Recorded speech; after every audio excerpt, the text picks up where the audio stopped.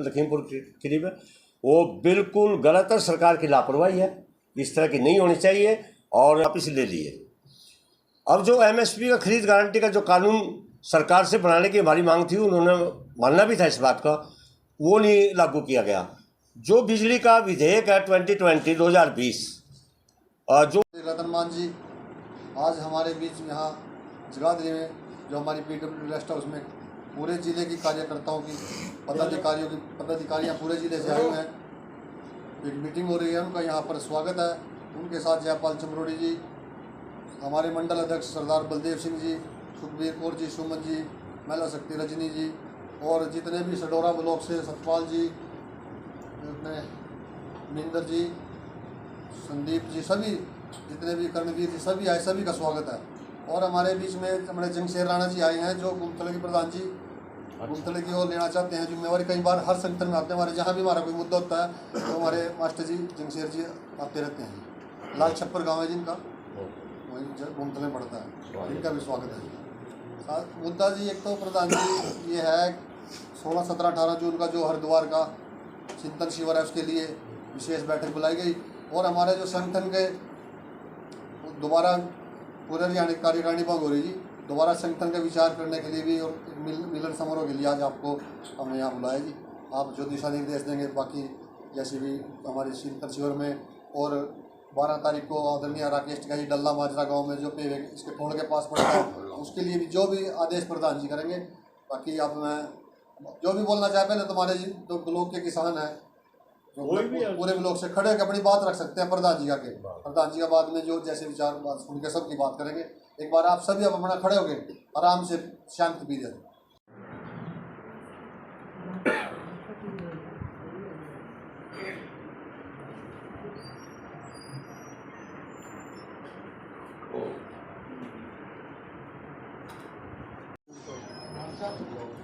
Sir आज जो किसान पंचायत रखी गई है सर, क्या वजह है, क्या मुद्दे हैं आज जो डिस्कस हुए? आज जो यहाँ यमुनानगर के जो हमारे जो कार्यकारिणी है, सभी ब्लॉकों के सभी कार्यकर्ता यहाँ आज हाजिर हुए हैं और इसके 2 मुख्य एजेंडे हैं कि 12 तारीख को जो कुरुक्षेत्र जिला में जो ठोड़ गांव है उसके पास एक बहुत बड़ी किसान पंचायत रखी गई है।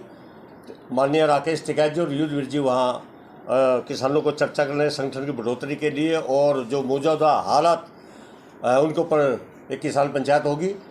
और 16, 17, 18 जून जो आने वाली है, हरिद्वार के अंदर हर वर्ष की भांति राष्ट्रीय किसान चिंतन शिविर का आयोजन किया जाता है। अब की बार वो होगा, पिछले कोरोना की वजह से नहीं हो पाया, और उसमें देश के लाखों किसान पहुंचेंगे। और जो भी राष्ट्रीय सत्र के जो मुद्दे हैं, जो केंद्र सरकार वादा खिलाफी कर गई है दिल्ली आंदोलन के बाद, जो लिखित में डिजिटल समझौता जो हमारे साथ किया था, उस पर जो सरकार लागू नहीं कर रही है उसके ऊपर भी इसमें चर्चा की जाएगी। मौजूदा हालात में जो सरकार ने 100 रुपये प्रति क्विंटल को अन्य फसलों के जो दाम बढ़ाए हैं उस पर भी चर्चा होगी। और किसान और मजदूर की देश में जो कर्ज मुक्ति है उसका भी प्रमुख मुद्दा उसमें रहेगा। और हमारी ये मांग है कि कर्ज का कलंक चाहे वो किसान पे, मजदूर पे, किसी पे भी हो, सरकारों ने मिटाना होगा। तो इन सारे मुद्दों को लेकर के हरिद्वार में 16, 17, 18 जून को राष्ट्रीय किसान चिंतन शिविर का आयोजन है। और उसका न्योता देने के लिए, सबकी ड्यूटियां लगाने के लिए 2 जो ये मुख्य हमारे कार्यक्रम है उसके लिए आज इसका आयोजन किया गया। कितने के लोग आने की संभावना है? नहीं, बहुत आएंगे। तो राष्ट्रीय सत्र का हरिद्वार में तो बहुत लाखों की संख्या में हर बार वहाँ किसान पहुँचते हैं, बहुत पहुँचेंगे। क्या इस चिंतन शिविर से कोई और आंदोलन की तैयारी है? हाँ बिल्कुल, जहाँ सभी विषयों पर बात होगी तो उसको आगे बढ़ाने के लिए जरूर आगे आगामी आंदोलन का निर्णय लिया जाए। किस तरह के मुद्दे होंगे जो आगामी आंदोलन का निर्णय लिया? देखिए, सबसे प्रमुख मुद्दा तो हमारा ये है कि सरकार ने 3 जो कानून पर आंदोलन चले वो कानून तो वापस ले लिए। अब जो एमएसपी का खरीद गारंटी का जो कानून सरकार से बनाने की हमारी मांग थी, उन्होंने मानना भी था इस बात का, वो नहीं लागू किया गया। जो बिजली का विधेयक है 2020 जो हर किसी किसान और मजदूर, हर उपभोक्ता के लिए वो घातक है, जो प्राइवेट सेक्टर में भी जा रहे हैं और उसमें कई तरह की इस तरह की शर्तें जो उपभोक्ता उसको झेल नहीं पाएगा, वो भी हमारा रहेगा। पराली जलाने का मुद्दा है, वो भी अभी हमारा अधूरा है। और जो ये बाहर से दूध के सौदे करने जो सरकार जा रही है डेनमार्क वगैरह से, जो 7 करोड़ परिवार हिंदुस्तान के जो बर्बाद हो जाएंगे दूध का सौदा होने के बाद, जो 1 भैंस 2 भैंस रख के जो अपना जीवन व्यापन कर रहे हैं, उनके जो डेयरी छोटा उद्योग है किस्म का, जो कामकाज है, वो बर्बाद हो जाएगा बाहर की कंपनियों का। वो भी हमारा एक प्रमुख मुद्दा उसमें रहेगा। क्या किसान आंदोलन के दौरान जिन किसानों पर केस दर्ज हुए थे वो भी वापस हो गया या वो भी मुद्दा बनेगा? हरियाणा में करीब सारे मुकदमे वापस हो गए, सिर्फ 4 मुकदमों को छोड़ करके। अगर विस्तार में जाए तो एक मर्डर वहाँ टिकरी बॉर्डर पे हुआ था, एक यहाँ उसमें हुआ था, और 2 और है व्यक्तिगत वो केस है। वो 4 केस छोड़ करके जिसमें सहमति भी हमारी बनी हुई है सरकार के साथ, बाकी के जो मुकदमे हैं वो वापस हो गए। और रेलवे के जो मुकदमे हैं वो अभी पेंडिंग हैं।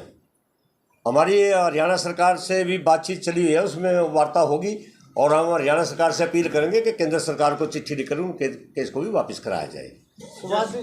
यूपी चुनाव के दौरान ये एमएसपी का मुद्दा उठा था, उस समय सरकार ने कहा था कि चुनाव के बाद इस पर हम बातचीत करेंगे, तो तक बातचीत हुई नहीं। सरकार ने तो 13 महीने आंदोलन चला, जब नहीं हमारे से बात करी। हम तो सरकार को ढूंढ रहे हैं, कहाँ है सरकार। हम तो डिजिटल माध्यम से हमारे पास वो फैसला आया था, उसी माध्यम से हम भी सरकार को लिख रहे हैं। सरकार बात करने के लिए तैयार नहीं है। सरकार की मंशा किसान से बैठकर बात करने की नहीं है। तो क्यों है ऐसी सरकार की मंशा? वो सरकार ही बताएगी वो क्यों नहीं किसान मजदूर से बात करना चाहते हैं। और मैं तो अगर इस विषय से दूसरी विषय पे भी जाऊँ, आज 7-8 साल का अर्सा माननीय प्रधानमंत्री जी को तो मीडिया से बात नहीं करी आज तक। मैं तो सुनता किसी वर्ग से बात नहीं की। किसान 13 महीने दिल्ली के इतना संघर्ष करते रहे। एक दिन भी उन्होंने ये भी कहा था, आपको भी अच्छी तरह याद है, 1 कोल की दूरी पे है। हमने बड़ा इंतजार करे 1 कोल आएगी प्रधानमंत्री जी की।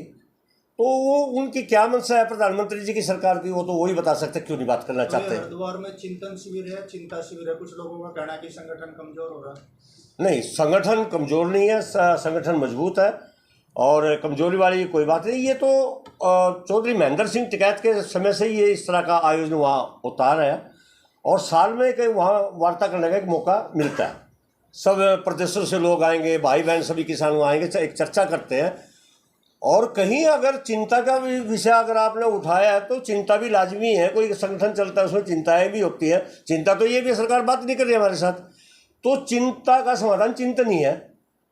तो चिंतन करेंगे, खुले मन से करेंगे और उसमें उस चिंता का समाधान का भी रास्ता निकाल लेंगे। सर, प्रदेश में निकाय चुनाव है तो क्या किसानों की तरफ से कोई रणनीति बनाई गई? नहीं, मैं हाथ जोड़कर आपसे विनती करता हूँ, मैं इस पर कोई टिक्का टिप्पणी नहीं करता। राजनेता का काम है।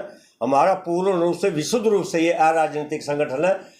हम जो भी खड़े हैं, जितने भी खड़े हैं, वो सभी हमारे भाई बहन हैं और उन सब के लिए हमारी शुभकामनाएं जरूर है, लेकिन उस पर कोई हम जवाब नहीं देंगे, ना कोई समर्थन करेंगे किसी। यूपी में चुनाव से पहले राकेश टिकैत जी ने कहा था कि किसान इनको सबक सिखाएंगे। क्या सबक सिखाया यूपी में भाजपा की सरकार फिर आ गई? नहीं, हमने किसी विशेष का उसमें विरोध नहीं किया। हमने ये भी नहीं कहा कि इसको वोट दे दो, हमने तो ये भी नहीं कहा। और जनता ने जो फैसला कर लिया स्वीकार है, जो बन गया उसका धन्यवाद है, शुभकामनाएं हमारी। जनता ने जो अच्छा लगे वो कर लिया और जनता के फैसले पर कोई टिप्पणी भी करना। अभी पिछले दिनों लखीमपुर खीरी में जो गवाह है, किसानों का गवाह है, उसके ऊपर हमला हुआ था, तो ये किसके द्वारा किया गया? देखिए, ये बहुत निंदनीय बात है। इस तरह की घटना नहीं होनी चाहिए देश में। प्रजातंत्र है देश में, सब ने अपने बात कहने का अधिकार है। गवाह और भी बहुत सारे केसों में गवाह बनते भी है। सरकार भी चाहती है कि अच्छे गवाह बने, तभी केस स्टैंड करता है। लेकिन मैं उस जो घटना घटित हुई है हमारे वहाँ अध्यक्ष पे लखीमपुर खीरी में, वो बिल्कुल गलत है। सरकार की लापरवाही है, इस तरह की नहीं होनी चाहिए। और जो माननीय अदालत में केस चल रहा है, हम उसको अच्छे तरीके से हमारे वकील साहिबान और हमारे उस पर नज़र रखे हैं और इस तरह की घटना नहीं होनी चाहिए। तो अभी तक सामने नहीं आया कि इसके द्वारा हमला हुआ था? नहीं, वो सरकार का काम है, सरकार प्रशासन का काम है। हम सरकार का है, लेकिन ये बात खुला सामने आ पाई कि नहीं? हाँ, आएगी, क्यों नहीं आएगी, बिल्कुल आएगी। अभी तक नहीं आई? अभी तक नहीं आई है उसमें जांच चल रही है। कुछ आदमी संदिग्ध है उसमें, वो वहाँ का प्रशासन उसका खुलासा करेगा। सुभाष जी, आप जिलाध्यक्ष हैं यमुनानगर के। यमुनानगर से कितने संख्या में किसान पहुँचेंगे? गिनती कोई नहीं है जी। अपने ट्रैक्टर ट्रालियाँ अपनी गाड़ियाँ लेके हर किसान पूरे जिले से सैकड़ों से ऊपर किसान जाएंगे। उनके पास साधन नहीं है, उनको कैसे? उनको हम अपना इंतजाम, अपनी गाड़ियाँ हमने कर रखी हैं, पूरी टीम बना के पूरी अच्छी तरीके से यहाँ से अपना काफिला रवाना करेंगे सूरत।